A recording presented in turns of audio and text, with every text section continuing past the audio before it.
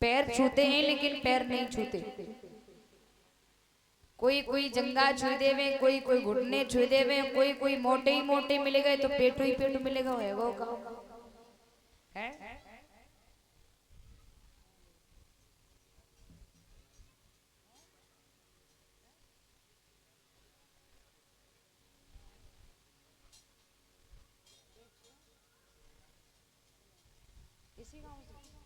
श्रीमान श्री श्रीमान श्री सहजादे शर्मा जी इसी गांव से ये 111 मुद्राओं से हमें आशीर्वाद प्रदान कर रहे हैं और हमारे समस्त स्टाफ को 11-11 मुद्राओं से आशीर्वाद प्रदान कर रहे हैं।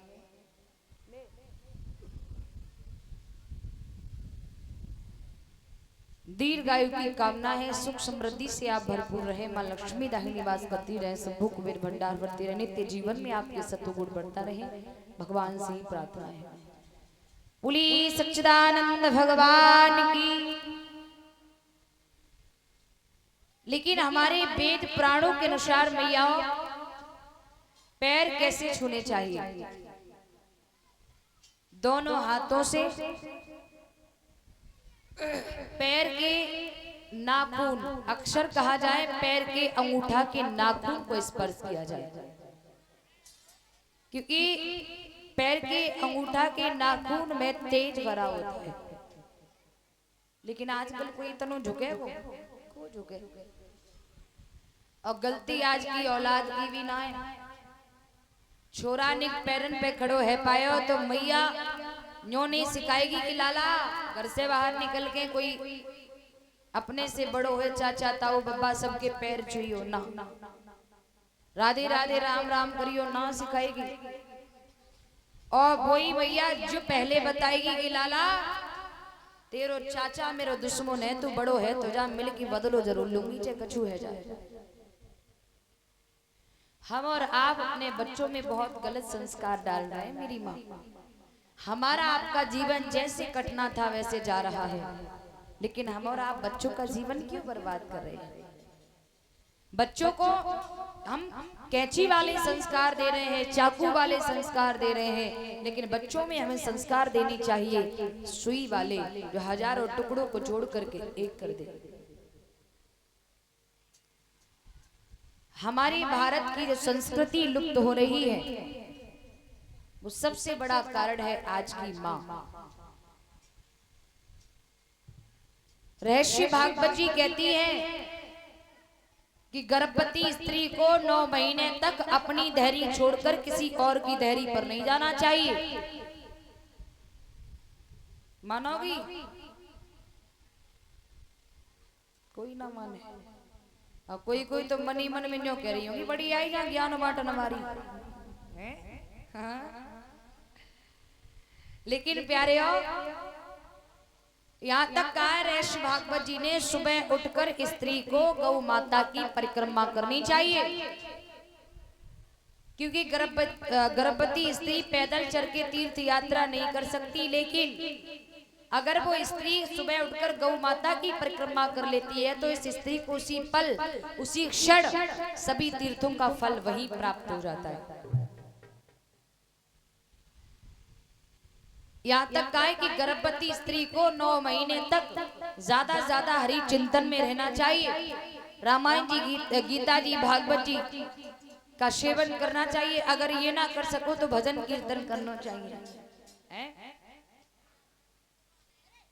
और ज्यादा हरि आकृति के आकृति में तस्वीर चित्र हरि आकृति के दर्शन करने चाहिए। आज की माँ कुछ नियमों का पालन कर ले तो प्यारे भगवान तो ना आए, लेकिन भगवान के गुणन को बालक पैदा जरूर है जावेगा। अच्छा ये बताओ कितनी माता ऐसी हैं जिनके घर पर एक एक गाय है? जरा ऊपर हाथ करना, ईमानदारी से झूठ ना बोलियो। ऊपर हाथ करो जो है। हाय राम, 3 ही हाथ है, सब भैंसियन वारी होगा। अच्छा गैया मैया तो न होगी प्यारे हो, लेकिन कुत्ता तो जरूर होएगो। लेकिन समय के अभाव में मैं पूरी बात कहने की कोशिश करूंगी। मेरी माँ, हमारे सनातन धर्म में कुत्ता को पालना दोष है, हमें आपको कुत्ता नहीं पालना चाहिए। हमारे सनातन धर्म में कुत्ता को पालना दोष है। और हमारे हिंदू धर्म में जिसके घर में एक गाय नहीं है वो व्यक्ति हिंदू कहलाने योग्य नहीं है। स्वार्थ भाव से नहीं कि गैया हमें दूध देवे तभी रखो, नहीं, सेवा भाव से रखिएगा, सेवा भाव से। क्योंकि जब गाय नहीं होगी तो गोपाल कहाँ होगी। इसलिए हर गाय, हर घर में गाय, और पहली रोटी गैया मैया की और लास्ट रोटी कुत्ते की। कुत्ते को पाल कर नहीं रखना चाहिए, लेकिन खुले हुए कुत्ते को रोटी जरूर खिलानी चाहिए, ये पुण्य होता है। बोलिए गोविंद भगवान की।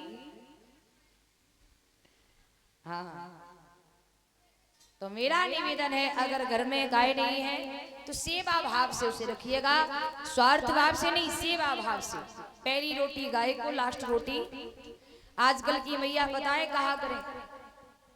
अच्छा, पूछी जावे कितनी मैया है जो गैया मैया को एक पहली रोटी देवी, जरा ऊपर हाथ करियो। हाय राम, ठुकाए दो तुम सबने तो नहीं।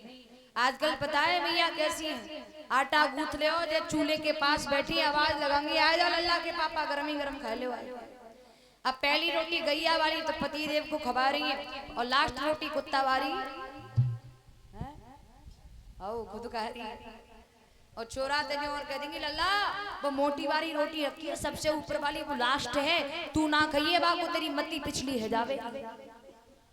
बोले गैया वाली रोटी पति देव को खवा दी उन्हें, तो गैया की तरह सीधे साधे कर दे, और खुद बोले गोविंद भगवान की।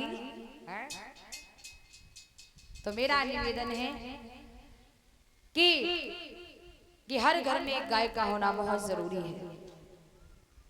अब किसी किसी घर में गाय भी होगी, कुत्ता भी होगा, तो लेकिन उल्टो दृश्य मिलेगा। गैया के लिए जगह होनी चाहिए गेट के अंदर, कुत्ता के लिए गेट से बाहर, लेकिन ठीक उल्टो मिलेगा। गैया तो घर से कोस दूरी पे मिलेगी, कुत्ता अंदर सोफा पे बैठो मिलेगा। बोलो गोविंद भगवान की। हम किसकी कहें? डीडी, हमारे डीडी कॉलेज में, कॉलेज का नाम तो नहीं बताएंगे, कैमरा भी चल रहा है, हो सकता है हमारे सर देखे तो अच्छा नहीं लगेगा मुझे। तो वहाँ अभी कुछ दिन पहले की बात है, उन्होंने मेरे पास, हमारे सर ने फोन किया, बोले बेटा डीडी कॉलेज में प्रवचन प्रोग्राम होना है। उनका सर कथा चल रही है। बोले बेटा देख लो, समय निकालना पड़ेगा।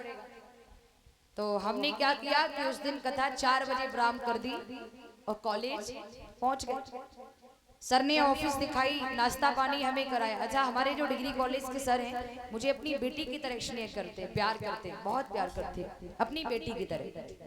तो ऑफिस में बिठा के नाश्ता कराया। बोले बेटा एक अपना पर्सनल रूम तैयार हो गया, उसे देख लो। भाई दिखाया तो सच में लग्जरी रूम, क्या तारीफ करें उस रूम की। एसी रूम, बेड तो इतना सुंदर, मैं क्या बताऊं। अब लेकिन गड़बड़ जो है गई, बेड पे कुत्ता लेटो। सर बोले बेटा रूम कैसा लगा? मैंने कहा सर बहुत अच्छा है आपको रूम। नहीं, तुमने मेरा डॉगी नहीं देखा, डॉगी कैसा